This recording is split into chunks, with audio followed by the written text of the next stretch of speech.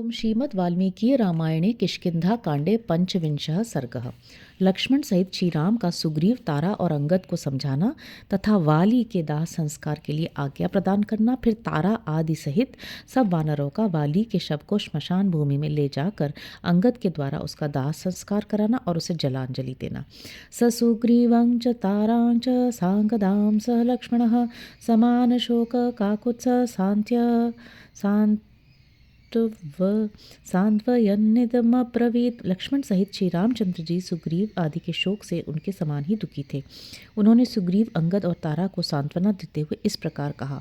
न शोक परितापेन श्रेयसा युज्यते मृतः यदत्रानन्तरं कार्यं तत्समाधातुमर्हथ।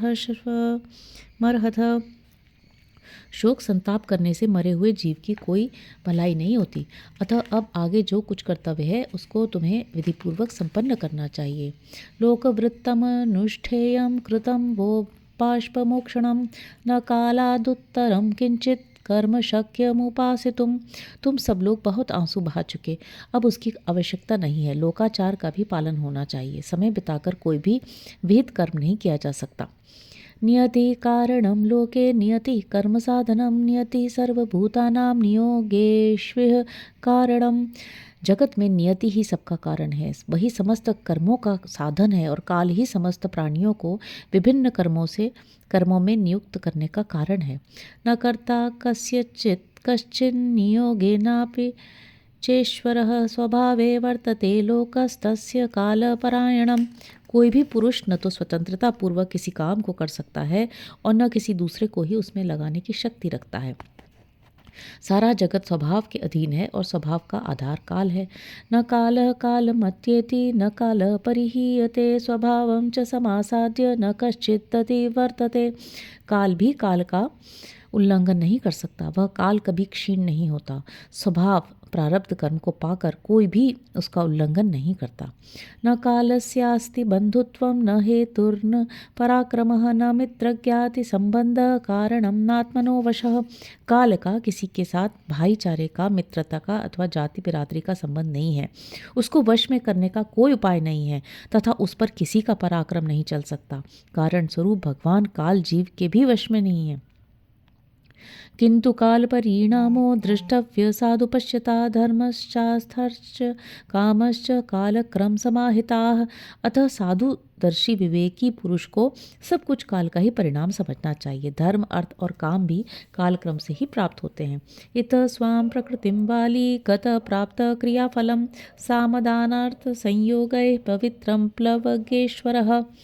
मेरे द्वारा मारे जाने के कारण वानर राज वाली शरीर से मुक्त हो अपने शुद्ध स्वरूप को प्राप्त हुए हैं। नीति शास्त्र के अनुकूल साम, दान और अर्थ के समुचित प्रयोग से मिलने वाले जो पवित्र कर्म है वे सभी उन्हें प्राप्त हो गए हैं।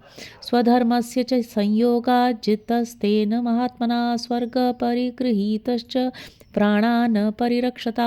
महात्मा वाली ने पहले अपने धर्म के संयोग से जिस पर विजय पाई थी उसी स्वर्ग को इस समय युद्ध में प्राणों की रक्षा न करके उन्होंने अपने हाथ में कर लिया है। एषा वै नियति श्रेष्ठा यां गतो हरियूतपः तदलं परितापेन प्राप्त कालमुपास्यताम्। यही सर्वश्रेष्ठ गति है जिसे वानरों के सरदार वाली ने प्राप्त किया है, अतः अब उनके लिए शोक करना व्यर्थ है। इस समय तुम्हारे सामने जो कर्तव्य उपस्थित है उसे पूरा करो। वचनान्ते तु रामस्य लक्ष्मण परवीरहावदत् प्रश्रितं वाक्यं सुग्रीवं गतचेतसम्।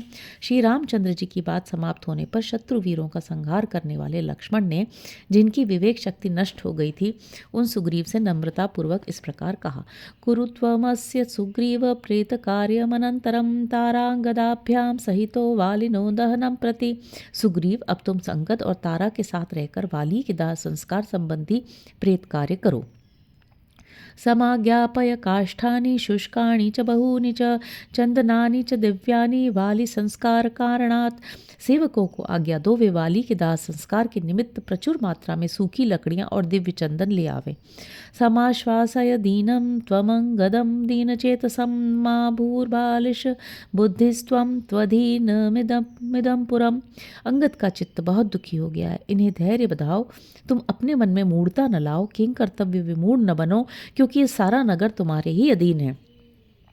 अङ्गदस्त्वानयेन्माल्यं वस्त्राणि विविधानि च घृतं तैलमथो गन्धान् यच्चात्र समनन्तरम। अंगद पुष्पमाला, नाना प्रकार के वस्त्र, घी, तेल, सुगंधित पदार्थ तथा अन्य सामान जिनकी अभी आवश्यकता है स्वयं ले आवे। त्वं तारशिबिकां शीघ्रम् आदाय गच्छ संभ्रमात् त्वरा गुणवती युक्ता अस्मिन् काले विशेषतः। तार, तुम शीघ्र आकर वेग पूर्वक एक पालकी ले आओ, क्योंकि इस समय अधिक फुर्ती दिखानी चाहिए। ऐसे अवसर पर वही लाभदायक होती है। सज्जी भवन्तु प्लवगाः शिबिका वाहनोचिताः समर्था बलिनश्चैव निर्हरिष्यन्ति वालिनम। पालकी को उठाकर ले चलने के योग्य जो बलवान एवं समर्थ वानर हों वे तैयार हो जाए, वे ही वाली को यहाँ से श्मशान भूमि में ले चलेंगे। एवमुक्त्वा तु सुग्रीवं सुमित्रानन्दनवर्धनं तस्थौ भ्रात समीपस्थो लक्ष्मण परवीरः। सुग्रीव से ऐसा कहकर शत्रुवीरों का संहार करने वाले सुमित्रानंदन लक्ष्मण अपने भाई के पास आकर खड़े हो गए। लक्ष्मणस्य वचः श्रुत्वा तारसम्भ्रान्तमानसः प्रविवेश गुहां शीघ्रं शिबिकासक्तमानसः। लक्ष्मण की बात सुनकर तार के मन में हड़बड़ी मच गई। वह शिबिका ले आने के लिए शीघ्रतापूर्वक किष्किंधा नामक गुफा में गया। आदाय शिबिकां तार स तु पर्यापतत् पुनः वानरैरूह्यमानां तां शूरैरुध्वहनोचितैः। वहाँ से शिबिका ढोने के योग्य शूरवीर वानरों द्वारा कंधों पर उठाई हुई उस शिबिका के साथ तार फिर तुरंत ही लौट आया। दिव्यां भद्रासनयुतां शिबिकां स्यन्दनोपमां पक्षिकर्मभिराचित्रां द्रुमकर्म विभूषितां। वह दिव्य पालकी रथ के समान बनी हुई थी। उसके बीच में राजा के बैठने योग्य उत्तम आसन था। उसमें शिल्पियों द्वारा कृत्रिम पक्षी और वृक्ष बनाए गए थे जो उस पालकी को विचित्र शोभा से संपन्न बना रहे थे। आचिताम चित्रपत्तिभिः सुनिविष्टाम समन्ततः विमानविमिव सिद्धानाम जाल वातायनायुताम। जब वह शिबिका चित्र के रूप में बने हुए पैदल सिपाहियों से भरी प्रतीत होती थी। उसकी निर्माण कला सब ओर से बड़ी सुंदर दिखाई देती थी। देखने में वह सिद्धों के विमान से प्रतीत होती थी। उसमें कई खिड़कियां बनी थी जिनमें जालियां लगी हुई थीं।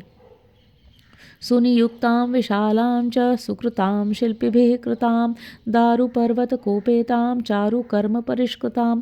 कारीगरों ने उस पालकी को बहुत सुंदर बनाने का प्रयत्न किया था। उसका एक एक भाग बड़ा सुघड़ बनाया गया था। आकार में वो बहुत बड़ी थी। उसमें लकड़ियों के क्रीड़ा पर्वत बने हुए थे। वह मनोहर शिल्पकर्म से सुशोभित थी। वराभरणहारैश्च चित्रमाल्योपशोभितां गुहागहन संच्छन्नां रक्तचंदनभूषितां। सुंदर आभूषण और हारों से उसको सजाया गया था। विचित्र फूलों से उसकी शोभा बढ़ाई गई थी। शिल्पियों द्वारा निर्मित गुफा और वन से वह संयुक्त थी और लाल चंदन द्वारा उसे विभूषित किया गया था।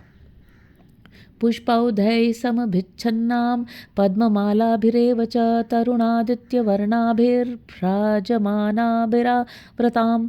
नाना प्रकार के पुष्प समूहों द्वारा वह सब ओर से आच्छादित थी तथा प्रातःकाल के सूर्य की भांति अरुण कांति वाली दीप्तिमती पद्ममालाओं से अलंकृत थी।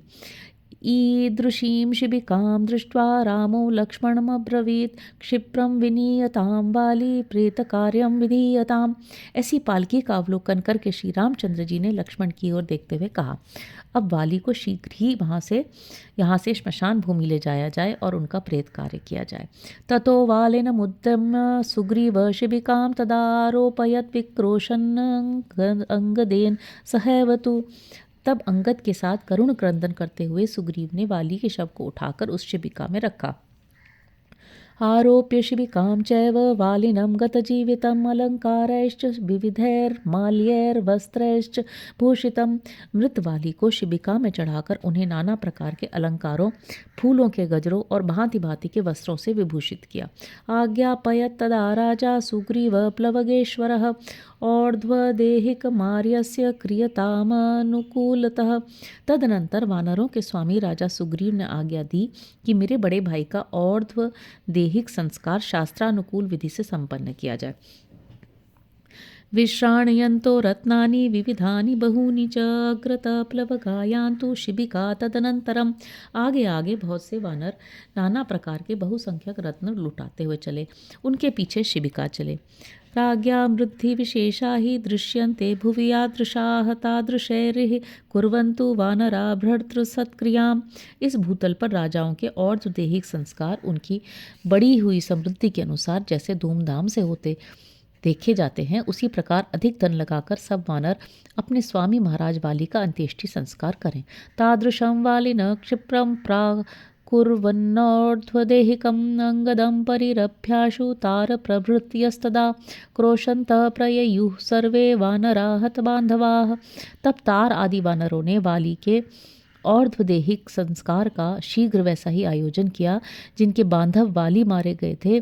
वे सब के सब वानर अंगद को हृदय से लगाकर शीघ्रतापूर्वक वहां से रोते हुए शव के साथ चले। ततः प्रणिहिता सर्वा वानर्योऽस्य वशानुगाः चुक्रुशूरवीरवीरेति भूय क्रोशन्ति ता प्रियम। उनके पीछे वाली के अधीन रहने वाली सभी वानर पत्नियां समीप आकर हा वीर कहती हुई अपने प्रियतम को पुकार पुकार कर बारंबार रोने चिल्लाने लगी। तारा प्रभृतयः सर्वा वानर्यो हतबान्धवाः अनुजग्मुश्च भर्तारं क्रोशन्त्यः करुणस्वनाः। जिनके जीवन धन का वध किया गया था वे तारा आदि सब वानरियां करुण स्वर से विलाप करती हुई अपने स्वामी के पीछे पीछे चलने लगी। तासां रुदित शब्देन वानरीणां वनांतरे वनानि गिरयश्चैव विक्रोशन्तीव सर्वतः। वन के भीतर रोती हुई उन वानर वधुओं के रोदन शब्द से गूंजते हुए वन और पर्वत भी सब ओर रोते हुए से प्रतीत होते थे। पुलिने गिरिनद्यास्तु विविक्ते जल संवृते चितां चक्रुषु बहवो वानरावानचारिणः। पहाड़ी नदी तुंगभद्रा के एकांत तट पर जो जल से घिरा था पहुंचकर बहुत से वनचारी वानरों ने एक चिता तैयार की। अवरोप्य ततः स्कन्धाच्छिबिकां वानरोत्तमाः तस्थुरेकान्तमाश्रित्य सर्वे शोकपरायणाः। तदनंतर पालकी ढोलने वाले श्रेष्ठ वानरों ने उसे अपने कंधे से उतारा और वे सब शोकमग्न हो एकांत स्थान पर जा बैठे। ततस्तारापतिं दृष्ट्वा शिबिका तलशायिनमरो आरोप्यांके शिरस्तस्य विललाप सुदुःखिता। तत्पश्चात तारा ने शिबिका में सुलाए हुए अपने पति के शव को देखकर उनके मस्तक को अपनी गोद में ले लिया और अत्यंत दुखी होकर वह विलाप करने लगी।